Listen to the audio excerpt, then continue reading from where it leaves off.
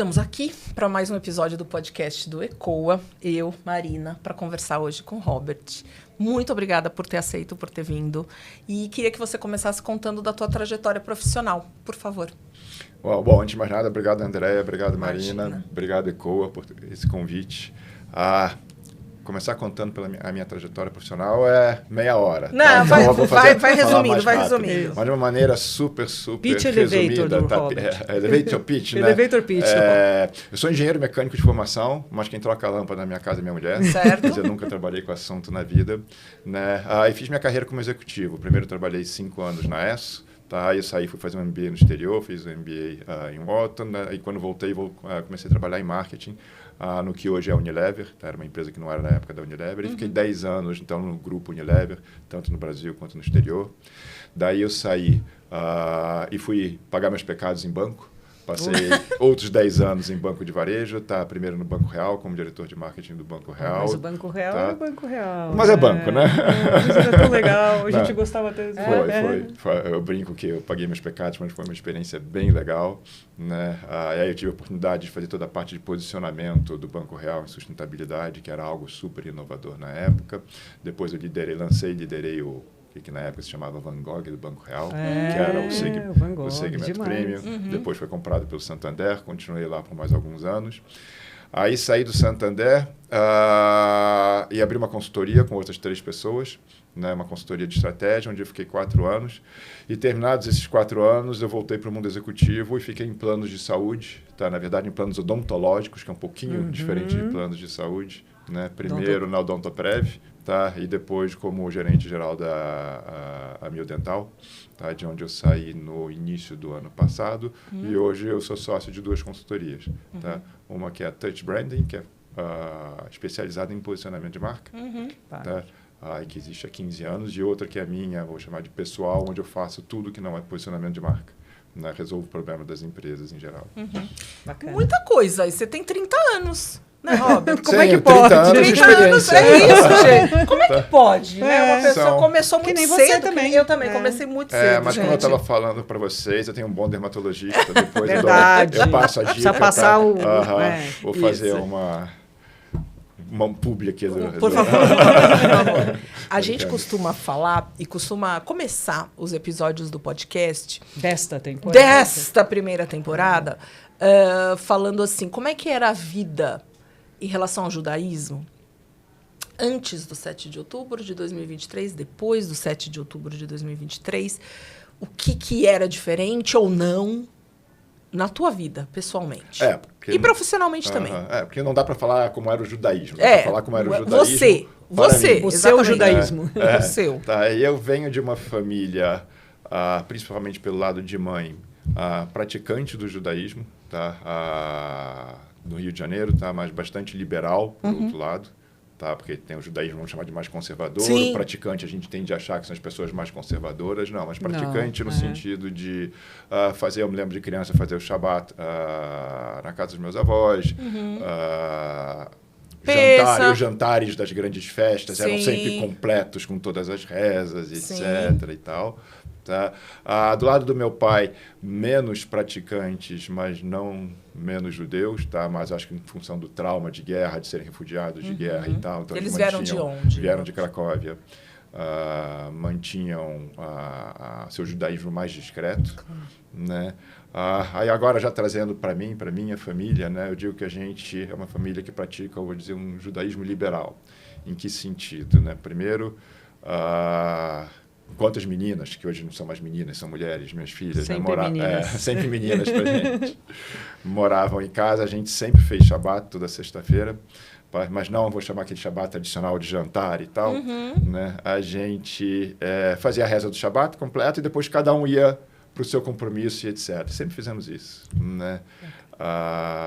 Sempre praticamos as grandes festas com os jantares, né? E eu digo que chamava também de jantares ecumênicos, que minha esposa não é judia, mas ela é mais judia do que nós. Então, sempre fizemos todos os jantares em casa e etc.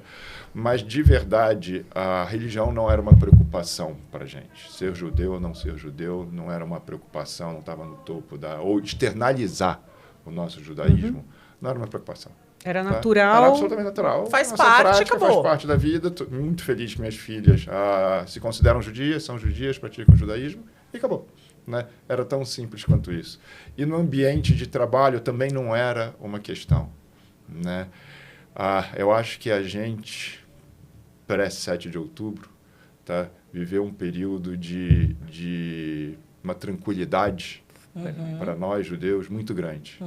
Muito grande. Que eu vou falar, meus pais não tiveram essa oportunidade que a gente teve até 7 de outubro. Aí, naturalmente, tudo isso muda em 7 de outubro, né? Onde essa tranquilidade desaparece, tá? Seja de forma concreta, ou seja, de forma emocional, seja de forma racional ou emocional, mas o fato é que ela desaparece. E você sentiu como? Como é que foram as suas reações, né? Porque a gente teve um outro convidado aqui, por exemplo, que ele falou assim, olha, eu me senti compelido a fazer alguma coisa. Eu precisava fazer alguma coisa, né? Seja falar nas empresas, seja... Não sei, eu precisava fazer alguma coisa. Você sentiu alguma coisa assim? Eu acho que primeiro, né, imediatamente após o 7 de outubro, veio a angústia. Tá. Né? A ansiedade, até uma decepção, né? No sentido de caramba. Uma tristeza. De novo, a tristeza. Não é né? possível que isso está acontecendo. No mundo de hoje, isso acontecendo. Né? E aí, caminhando um pouco pós 7 de outubro, essa decepção em ver como o antissemitismo que estava debaixo do tapete da sociedade volta a aflorar e de novo vem essa decepção. Em seguida, né? De imediato. A gente estava falando sobre isso também. Não demorou uma semana para o antissemitismo explodir. E vem essa decepção né? de dizer, cara, eu estou em pleno século XXI, tá? Religião continua sendo uma coisa importante para as pessoas, para você chegar e discriminar pessoas em função de religião. Pelo amor de Deus. Então, acho que primeiro veio isso. Depois, sim, veio a sensação, o impulso de ter que fazer alguma coisa. Né? E por que tem que fazer alguma coisa? Porque, primeiro, acho que a maneira de a gente chegar e reagir a esse choque, a gente pode se esconder ou a gente pode se mobilizar. Perfeito. E, para mim, foi mobilizador. Né? E aí foi muito legal, tá? Sem puxar corda para o lado do ECOA. Pode puxar, pode puxar. Aqui a gente está falando disso. Mas o ECOA surgir, tá? Ou pelo menos surgir na minha vida, porque, cara... A gente fica naquela, quero fazer alguma coisa, mas vou fazer o quê? Exato. Aonde? Como é que eu posso usar as minhas habilidades?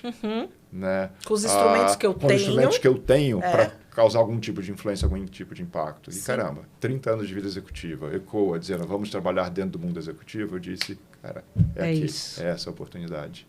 E você está descrevendo muitos de nós, desculpa, você está descrevendo muitos de nós, né? E a gente até começa a nossa apresentação, como você sabe, dizendo, o ECOA nasceu de uma dor, de uma angústia, de um sofrimento, que você fala, e uma sensação de impotência ao mesmo tempo, e você fala, o que eu faço com isso? E aí a gente vira isso numa energia de, eu vou contribuir, eu vou, né? Eu vou construir em cima disso. E é o que você... tem feito muito por nós. Legal, super a gente... e você falou uma coisa chave, que é assim, o que eu sei fazer? Né? Eu falo muito isso. O que você sabe fazer? Não é todo mundo que sabe falar com o executivo, não é todo mundo que sabe dar aula, não é todo mundo que sabe falar em redes sociais, não é todo mundo que sabe escrever. Então, mas o que você sabe, né? Como é que você ajuda a partir das suas habilidades, a partir do seu instrumental? Então, eu acho que isso é o mais importante, né? Para que todos os judeus possam fazer alguma coisa dentro das suas possibilidades. Porque também, às vezes, a gente fica pensando, né? Mas espera aí, tal pessoa poderia fazer tanta coisa e não está fazendo. Tal pessoa, tudo bem, existem 1000 fatores, né? Podem existir 1000 razões, mas todo mundo é capaz de fazer alguma coisa nesse momento, de acordo com as suas habilidades, de onde você está, de onde você mora, o que você faz na sua vida. E eu acho que, como executivo, é isso, né? Eu posso entrar nas empresas, eu posso falar, eu posso fazer conexões. E nós como executivos, lógico, depende de quanto tempo você tem de executivo na vida, né? Mas como executivos, eu diria que a gente tem... duas grandes, vou chamar de habilidades aqui. Tá. Não sei se a palavra habilidade é correta, mas duas características. A primeira, a gente conhece gente. Perfeito. Né? Então, naturalmente, seja que você esteja executivo da mesma empresa há 10 anos ou que você tenha circulado por várias empresas, o caso é que você conhece muita gente. Tá? Porque a vida do executivo é relacionamentos. Né? E a segunda coisa, lógico que aí também depende sim, de quanto tempo você tem como executivo, mas, grosso modo, você tem uma carreira de credibilidade. Então, você conhece gente e tem credibilidade. como é que você usa a sua credibilidade e o seu networking, essa gente que você conhece, para chegar, bater na porta e dizer, oi, eu queria falar com você sobre um assunto que me é muito sensível.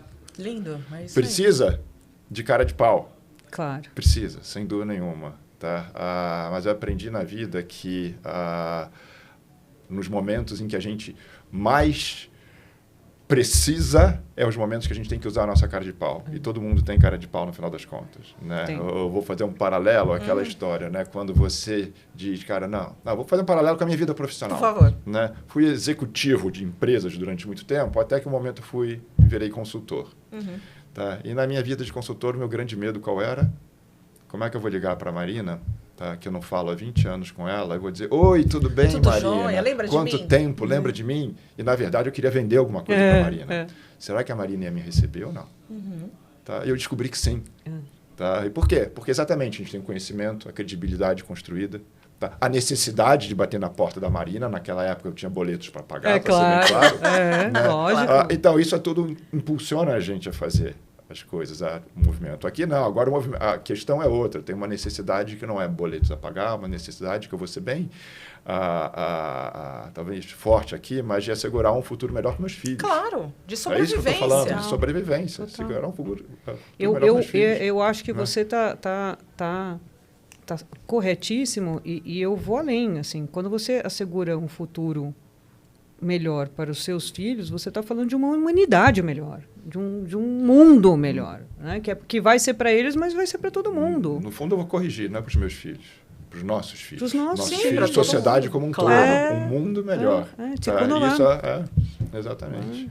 E quando a gente fala desse mundo melhor, de diversidade, para todo mundo, não é aceitar, é entender que todo mundo é diferente, mas todo mundo é igual, no fundo, que a gente não faz categorização de ser humano, etc.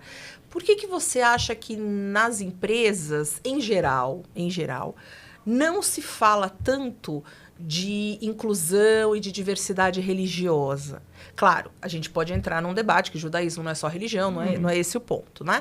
Mas agora, porque a gente está tendo essa experiência, você sabe porque está nessa experiência junto com a gente, está vendo vários momentos de reuniões e aulas, né, Robert, que é a questão assim, nossa, a gente nunca pensou em diversidade religiosa ou falar sobre o assunto, e etc.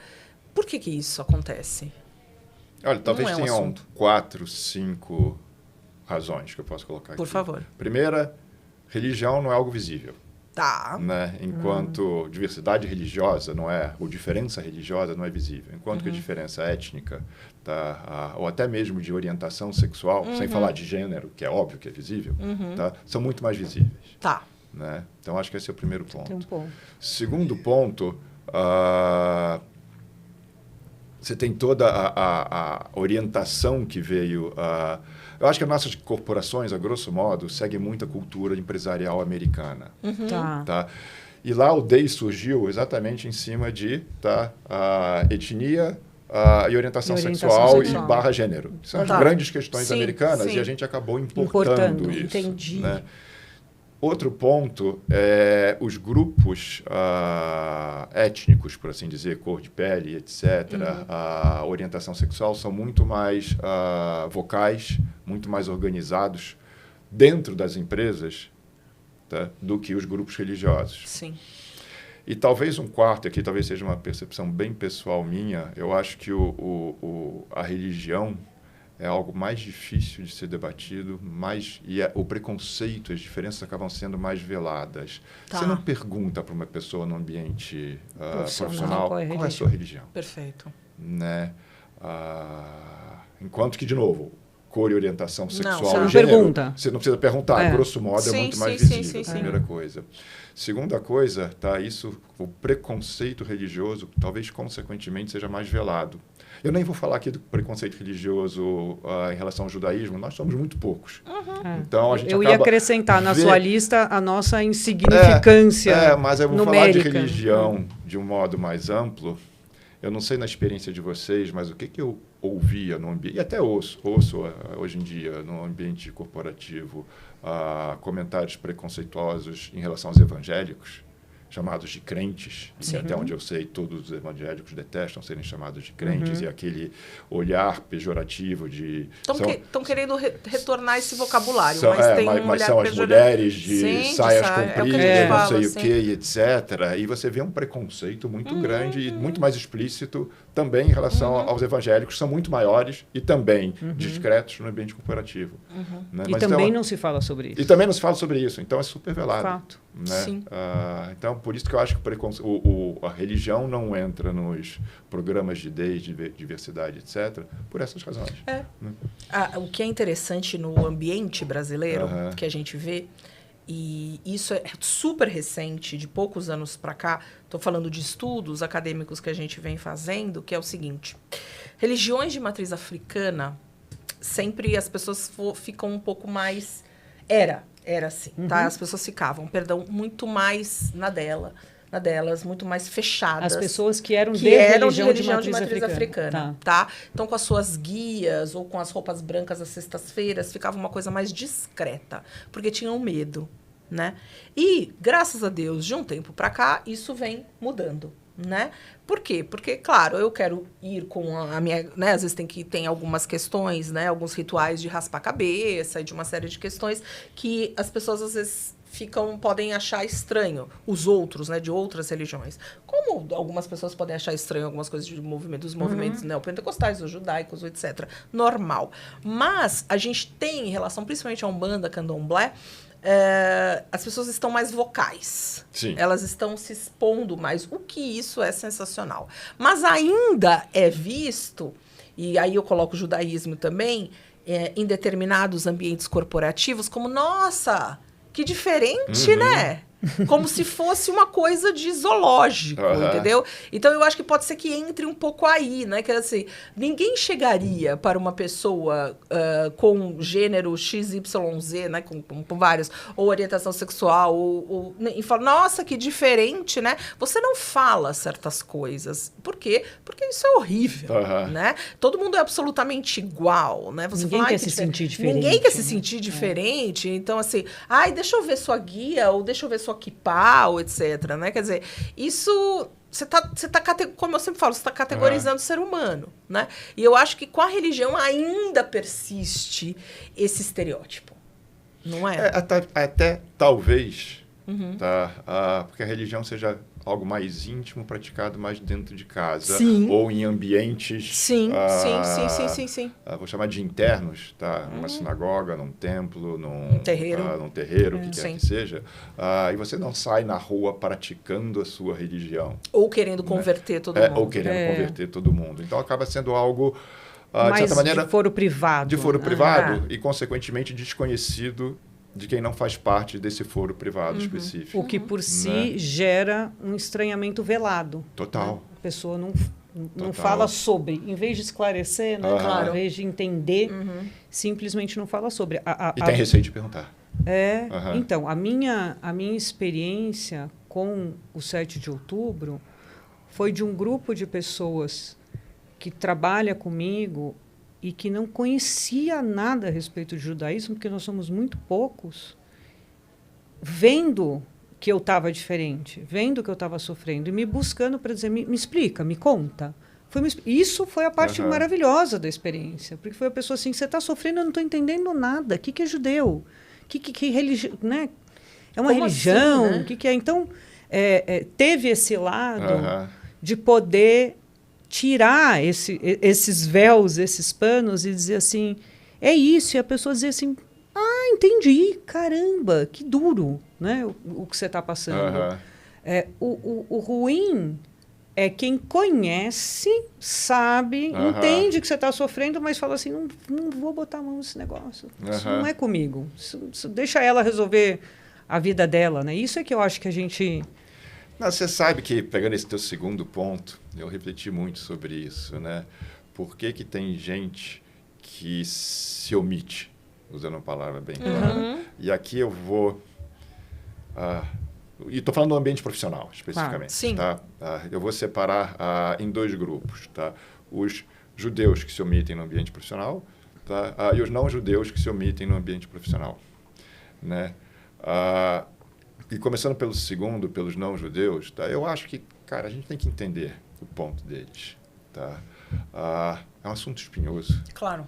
É um assunto que há 100 anos se tenta resolver, não se resolve. É um assunto que, se eu errar, tá, na vírgula, eu posso ser massacrado. Sim. Tá? E fora os traumas, né, que podem ter na cabeça de cada um. E é um assunto que... caramba, de verdade, estou falando pelo lado dos não-judeus, tá? Não vai afetar minha vida no curto prazo. Não tem isso. Para que eu vou me meter nisso? Legal. Agora, quando eu pego os judeus... e para que eu vou me meter nisso? Porque se eu me meter, eu estou arriscando a minha carreira. Porque pode ter impactos, pelo menos no subconsciente, nos receios da pessoa, pode ter impactos. Tá? E com os judeus, é a mesma coisa, é um assunto espinhoso. Nesse caso, em geral, eles entendem, etc. e tal. Tá? Nós entendemos o porquê que é espinhoso, as questões, temos as opiniões, etc. e tal. Mas também pode afetar a minha carreira. Tá? Mas eu digo, cara, após 7 de outubro, eu até dizia, ok, é um fulaninho aqui que está sendo antissemita, é outro aqui, são eventos mais isolados. Deixa passar, e vida que segue, vamos ser felizes, e azar do, entre aspas, imbecil, perdão pelo imbecil, que fez o comentário preconceituoso, antissemita. Mas agora a gente não pode mais fazer isso. Né? Agora, você acha? Chegou agora nesse ponto. A gente não pode mais se omitir. Não pode mais deixar. A gente tem que explicar, a gente tem que reagir, alguém fez um comentário errado, tem que chegar e tem que reagir na lata mesmo. Tá? Como eu disse, tá? A gente está falando de construir um futuro melhor para os nossos filhos. Né? Não é mais eu proteger a minha carreira. E você acha que falar sobre isso, né, quando você chega nas empresas, e quantas empresas você tem, né, contribuído e trabalhado com a gente no ECOA, você acha que é bem recebido pelos times? Vamos falar de antissemitismo, vamos falar de diversidade religiosa. Deixa eu falar com você. Qual a tua experiência ao longo desses meses? Olha, a primeira experiência de abordagem inicial, tá, sempre bem recebido, tá, mas não quer dizer que obrigatoriamente as pessoas vão tomar uma ação ou não, mas faz parte. Faz, tá, claro. Tá, então, a recepção é muito boa, mas não obrigatoriamente leva a um movimento, a uma quebra de inércia, e vale para executivos judeus e não judeus, mesma coisa. Exato. Tá? Inclusive, tá, a gente tem tido maior sucesso, ou eu tenho tido maior sucesso com executivos não judeus do que com judeus. Essa é a experiência. É a nossa realidade. Hashtag fica a dica. Fica a dica. Né? Hashtag fica a dica. Hashtag vamos acordar. Mas, ok, esse é o primeiro passo, né? Conseguir abrir a porta e essa pessoa chegar e colocar a gente em contato com quem efetivamente tem a capacidade de chegar e mobilizar a empresa e fazer o movimento, etc. Aqui, a gente... acho que sofre de uma dificuldade que é, de novo, religião não é o topo da agenda das empresas. Se estivesse falando de diversidade sexual, etc., tá? Sim, uau, o que vocês têm de novidade? Tá? A deficiência física, assim por diante, tá? A abertura de portas seria mais rápida. E aqui eu acho que a abertura de portas ela é muito mais difícil, de novo, não por preconceito, mas porque não está na agenda das pessoas, não é relevante. Tá? Para nível para o C-Level, não é relevante para os colaboradores. Tá? Eu trabalhei multinacional vamos pegar meus últimos 5, 6 anos de multinacional americana, tá? Onde eu tinha lá nas minhas metas, tá? As cotas de tá?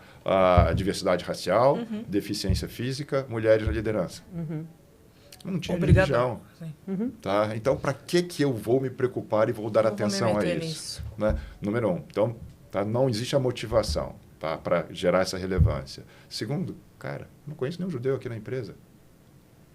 Então, que assunto é esse? Para quê? Para quê? Né? Tem judeu aqui?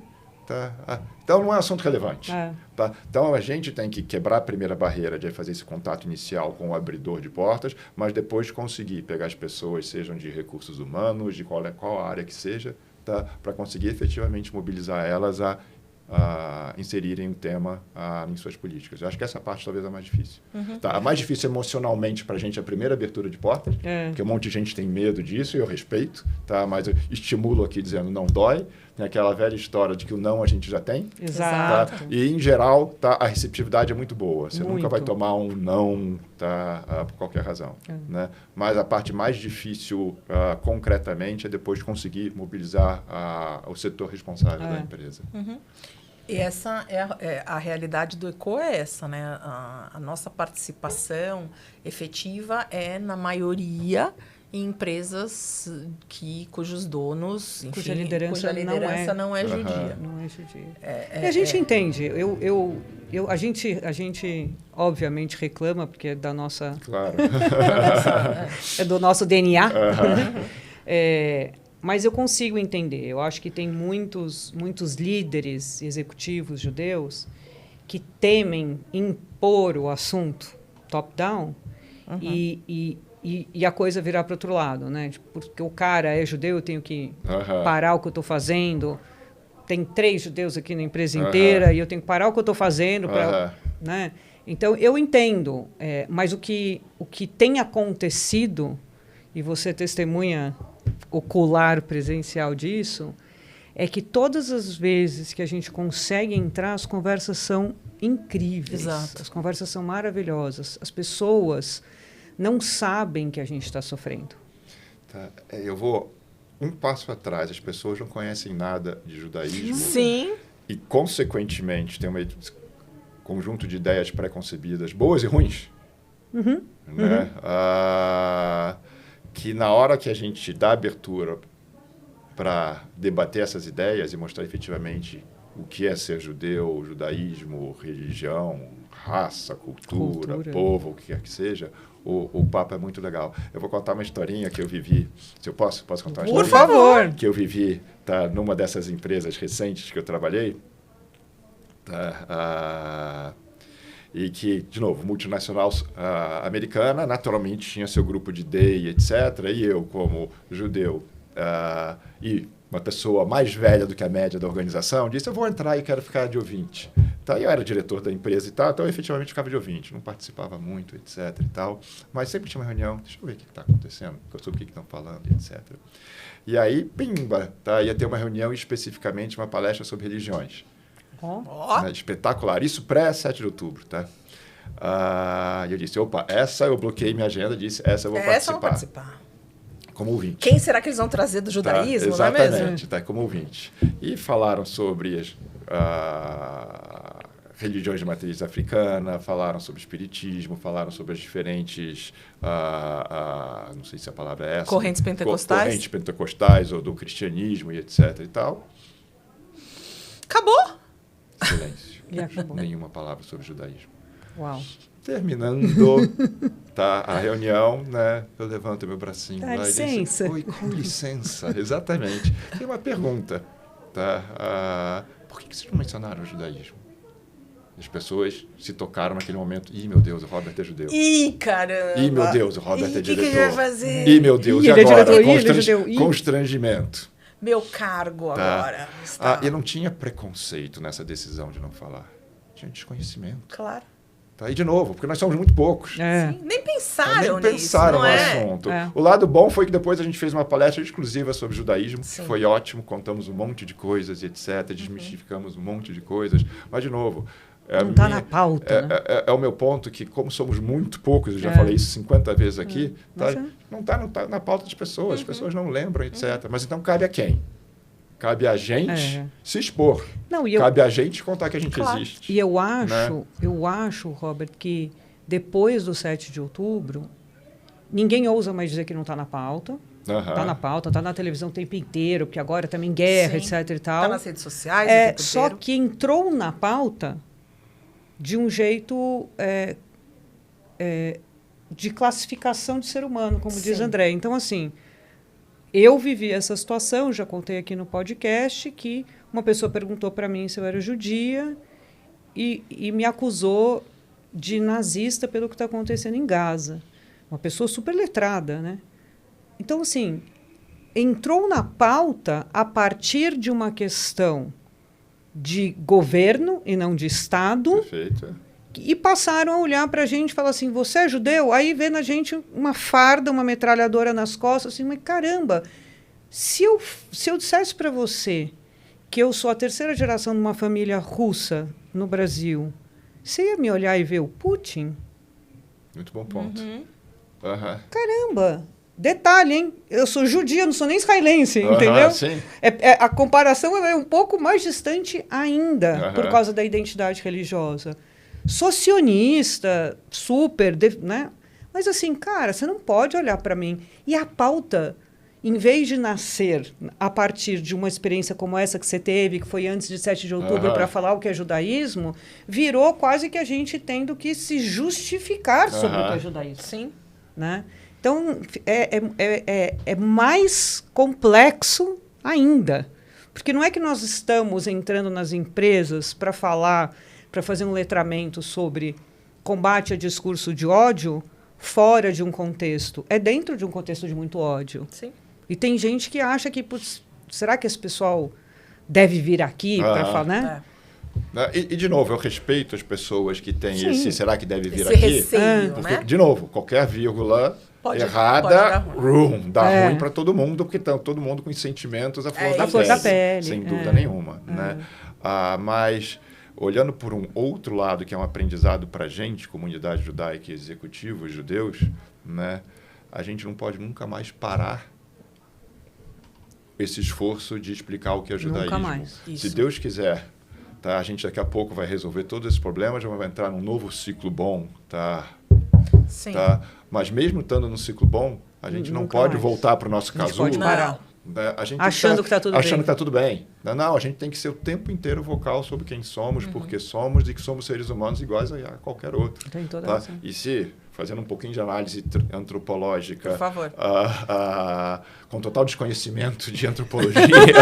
Aqui a gente pode falar o que a gente quiser. É bom fazer esse disclaimer, mas, bom. cara, eu vou pegar muito, tá? Os filhos de imigrantes, tá, da Segunda Guerra Mundial, tá? Que vieram naturalmente, tá, com um sentido muito grande de, cara, deixa eu ficar no meu cantinho aqui, não incomodar ninguém, perdão, tá? Vai pro seu cantinho. Que eu vou pro meu cantinho, né? Deixa eu ficar aqui no meu cantinho, não incomodar ninguém, porque, caramba, quando souberam que eu era judeu, isso foi muito ruim para mim, então eu quero passar despercebido. Sim. Eu tenho uma história de família muito interessante, sou do Rio de Janeiro, então meu pai veio da Polônia pequenininho com os pais deles, e perto do Rio de Janeiro tem uma cidade chamada Petrópolis, né? Que é onde é casa de campo, assim, 2 cidades de casa de campo lá, Petrópolis e Teresópolis hoje em dia, né? E eles tinham casa em Petrópolis, e a casa deles, ela era cercada de pinheiros super, ultra altos. Para quê? Para não serem vistos. É espetacular. Né? Mas, de certa maneira, de novo, nessa minha análise antropológica, sem ter nenhum conhecimento de antropologia, eu acho que isso ficou um pouco na gente e a gente se manteve muito discreto. Claro. Tá? É natural. E não tem nada de errado de ser discreto. É uma proteção. Mas a gente tem que agora dizer, cara, não podemos mais parar de contar o que é ser judeu, tá? O que é a religião do judaica, o que é a cultura e etc. Porque o desconhecimento, no momento de crise, trabalha contra a gente. Você tinha falado, você acabou de dar o exemplo da empresa que não tinha se ligado, né? Peraí, temos que falar de judaísmo, etc. E teve uma ação interessante, com uma palestra sobre isso e tal. E a gente está vendo que é isso que dá resultado, né? Fazer uma palestra, um workshop, alguma coisa, uma roda de conversa, uma visita no museu. Que mais ainda que a gente pode fazer, Robert? Você acha que... Porque assim, a gente fica pensando, né? Fala assim, pera, será que a gente está agindo pouco? Será que onde que a gente pode atuar mais? Vamos fazer um clube do livro. Vamos fazer alguma coisa assim. Eu acho que a gente tem também, né? Vamos ampliar nosso leque, mas, claro, dentro de alguns limites, né? O que você acha mais ainda? Olha, se é possível. Eu não vou correr o risco de dar ideias aqui. Por favor, tá? Não, mas que a por gente quê? vai anotar. Não, mas por quê? Porque eu acho que... E a Mari, que também viveu ambiente corporativo durante vários anos, ainda mais em educação, tá? Mas deve ser o padrão em todas as empresas, é muito difícil você engajar colaboradores, eu digo em quantidade, tá? Seja num curso de XPTO, numa palestra daquilo, não sei o que daquilo, sempre vai aquele mesmo grupinho, pouquinho, gente, etc. São os mesmos que vão o tempo inteiro, né? Mas a grande massa acaba ficando alheia por qualquer razão, tá? Eu não estou aqui fazendo juízo de valor. Então, como que a gente pode fazer ações grandes, tá? O mais impactante, eu de verdade não sei. A única coisa que... e a gente já faz isso que eu vou mencionar, mas a visita ao Museu Judaico tá, é espetacular. Tá? E eu tive lá sem o ECOA, tá? E fui para meus pais do Rio, estavam aqui, disse, vamos fazer alguma coisa com eles, etc. Fomos lá e etc. Como foi? Tá? E me surpreendeu, assim, absurdamente. Vocês fizeram a visita mediada? Tá? Não fizemos a visita mediada. Próxima vez vamos fazer. Sim. Tá? Mas os 2 andares permanentes, né? O andar onde explica o que é judaísmo, para o da sinagoga. Tá? Ele é tão leve, tão claro, didático, tão didático, tá? Que realmente caiu meu queixo. Tá? De verdade. Você não tinha ido? Tá? Não tinha ido antes. Tá? E depois a mesma coisa sobre a história dos judeus no Brasil, Lá e embaixo. etc. É muito legal, é muito leve, é muito... Tá? De novo, é muito claro. Né? É agradável de se ver. Né? E, naturalmente, eu vi depois a exposição que tinha acho que ainda está... Da Amazônia. Da Amazônia, que é o outro lado da minha família, são os judeus da Amazônia. Que interessante. Né? Mas eu tô mencionando isso por quê? Porque talvez seja uma das coisas mais legais, mais do que uma palestrinha e tal. Claro. Robert, Mari, Andréia, vamos irem lá falar, mais uma palestra que vem sempre aquela meia dúzia de pessoas. Como é que você começa a fazer visitas ao museu? Eu acho ela muito esclarecedora, muito concreta. Eu também acho. Tem a gente não quer ficar dando spoiler, a gente quer que todo mundo queira visitar, mas tem um pedaço final ali da visita, quando ela é mediada, onde... eu costumo dizer assim, quando você está fazendo, você não judeu, está fazendo a visita, ela é super didática, ela é clara, ela explica um monte de coisa que você não imaginava, mas você está um pouco assistindo como é uma realidade que não é a sua. Sim. E aí tem um momento ali no final do museu que você é submetido à sua realidade. Que legal. Isso está mediada. Incrível. Você vai com a gente na próxima. Vai com a gente na próxima. Você vai com a gente na próxima. Não tem julho, visitas. Já estão marcadas. Tá gravado aqui, pessoal. Tá gravado para a sua cobrança. Aí, essa hora, você vê os olhos das pessoas fazendo assim. Uau. Porque todo mundo se identifica. Todo mundo se identifica com alguma mais, coisa. Não. Só para todo mundo ter muita vontade de ver que vale a pena. Museus são locais, mesmo museus do Holocausto, museus quando bem construídos e bem mediadas as visitas e etc., são lugares que vão tocar naturalmente, são feitos para isso, para você se sensibilizar, para legitimar alguns sentimentos e tudo mais. Então, eu acho que isso é muito importante. E quando, às vezes, né, dentro de uma empresa, tem-se essa oportunidade? É difícil. É difícil. É verdade. Tá? E só voltando nas ideias, eu como sou profissional de marketing originalmente... A gente adora isso. E a gente ou eu como marketing, tenho uma crença muito grande de que uma mensagem só entra na cabeça das pessoas depois de repetida muitas vezes. É a historinha do martelo e prego. Tá? Pau. Para o prego entrar, você tem que martelar várias vezes. E por que eu estou mencionando isso? Porque não basta ir uma vez numa empresa. Você tem que ir várias vezes na empresa. Tá? Seja para repetir de uma maneira um pouco diferente para o mesmo público, ou para ir ampliando o público que você vai atingindo. Porque, como eu disse, primeiro vão vir aquelas 10 pessoas, se tudo der certo, aquelas 10 pessoas vão adorar, e vão, na próxima vez, falar para outras 10 pessoas, porque foi muito legal. E assim você vai ampliando. Gostando uma ideia ir lá, fez na empresa e nunca mais voltar... Não dá. É subaproveitar a porta que a gente abriu. É verdade. Já tem algumas aqui, então, dá pra gente já tem. E a gente pode falar, né? Quer dizer, a gente já tem o que eu sempre falo. Nunca um treinamento até agora, né, Robert, foi igual ao outro. Imagina. Nunca. Sempre tem uma mudança, sempre tem alguma coisa.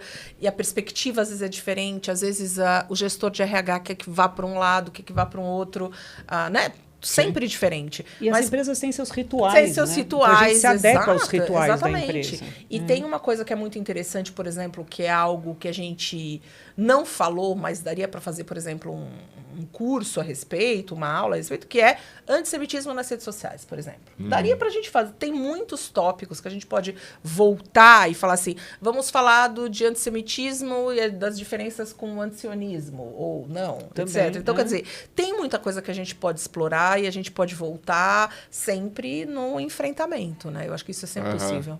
Com certeza. A ideia é boa. Né? Então, de novo, né? Martelo e prego. Entramos na empresa, vamos agora montar uma agenda de reuniões, de palestras, de visitas, o que quer que seja nessa empresa, que assim a gente vai ampliando. E deixa eu te fazer uma última pergunta. Quais são, ou quem são os aliados, os nossos aliados nesses momentos? Quais serão nossos aliados? A gente conversou com outro profissional também que falou assim, o nosso aliado, a Marina sempre fala, né? O nosso aliado é a informação correta, né? Não as fake news. São aquelas pessoas que estão preparadas e com as mentes abertas para ouvir realmente o que acontece, né? Quer dizer, não é uma pessoa, mas é algo que está no ar, é informação que você precisa ter, né? Não dá para eu concordar menos ou mais, né? Na verdade, não dá para concordar mais com a Marina. O principal aliado é a informação. Mas a gente vive num mundo hoje onde conseguir filtrar o que é verdade, o que é fake news, o que é correto, o que é incorreto, etc. é dificílimo, né? Mas isso não quer dizer que a gente tem que parar. Vou usar a palavra arma. Nossa arma é informação. Né? A gente já debateu isso um pouco no ECOA. Né? Treinar as pessoas, capacitar, culturar e etc. E ensinar. Né? Mas aí trazendo para aliados pessoas. Tá? Eu digo para todos nós que estamos interessados em fazer alguma coisa que o aliado é qualquer pessoa que você conheça, tá? E que você tenha um mínimo de proximidade e de credibilidade para marcar um papo e falar com o assunto. Perfeito. Que você vai se surpreender como todos eles, pelo menos no meu caso, eu não tive um único caso de gente dizer, Robert, estou do outro lado. Tá? Porque não estão. Não tem, né? Porque não tem. Tá? Não tem nem como. Então... mas a gente já ouviu isso. A gente está brincando que não tem outro lado, mas a gente já ouviu dizendo assim, a gente gostaria de um espaço para falar sobre combate ao antissemitismo. E aí alguém dizer, mas quem vai fazer o contraponto? Aí falou assim, contraponto ao combate ao ódio? Então alguém vai defender ódio? Eu vou me corrigir aqui, tá? Porque eu acho que a gente sabe quem são as pessoas que estão do nosso lado, tá? E a gente sabe quem foi aquele cara no ambiente de trabalho que já fez um comentário lá atrás, preconceituoso, uma brincadeirinha, e que naturalmente a gente já deixou aqui guardado ou ficou com o pé atrás dizendo, opa, esse aqui eu tenho que tomar cuidado. Então a gente sabe quem está do nosso lado. A gente sabe quem a gente pode bater na porta. Então, esses são os nossos aliados, os nossos parceiros. É usar o nosso networking, essas pessoas que a gente sabe que estão do nosso lado, tá? E conversar com elas, estimular elas a ajudar a gente a colocar o assunto, colocar o tema na pauta das organizações. Perfeito. Obrigada, Robert, por tudo. Eu que agradeço mais uma vez, obrigada. Marina, Andréia, por me acolherem primeiro, tá? Pelo trabalho que vocês estão liderando. A gente que agradece você. Tá? E pelo convite aqui. Uma delícia. Até a próxima. Muito obrigada. Vamos ecoar, né? É isso aí, vamos ecoar.